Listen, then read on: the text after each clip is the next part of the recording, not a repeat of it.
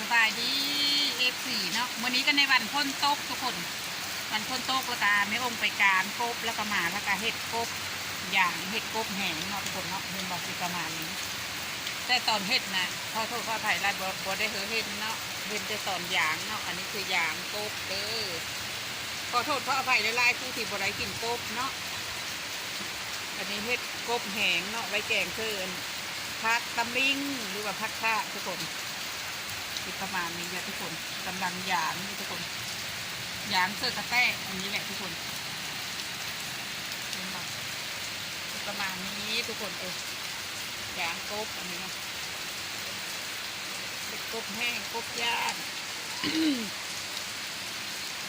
ก็โทษเพราะอภัยหลายๆเด้อF4ผู้ใดที่บุกินกบเนาะ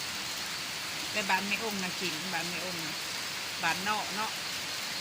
ยังใบยังกะหมาเห็ดแบบนี้เนาะเห็ดแหงก้อนไม่องสิมักอย่างเห็ดแหงคือก้อนยังกินเนาะแหงแล้วก็แก่เนาะแล้วก็รีบว่า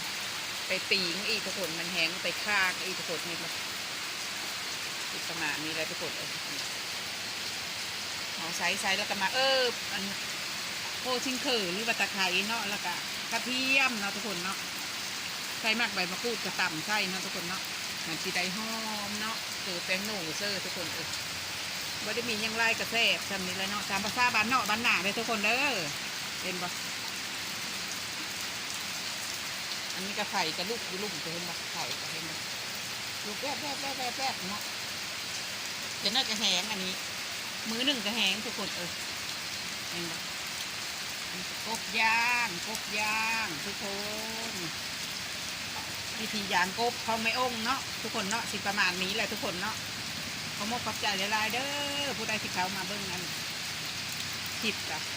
เขาหลังเขาหลุยสุขภาพแข็งแรงผู้ใดก็มากดไลค์กดเลิฟให้แม่กันเนาะบายบายเด้อทุกคนเด้อ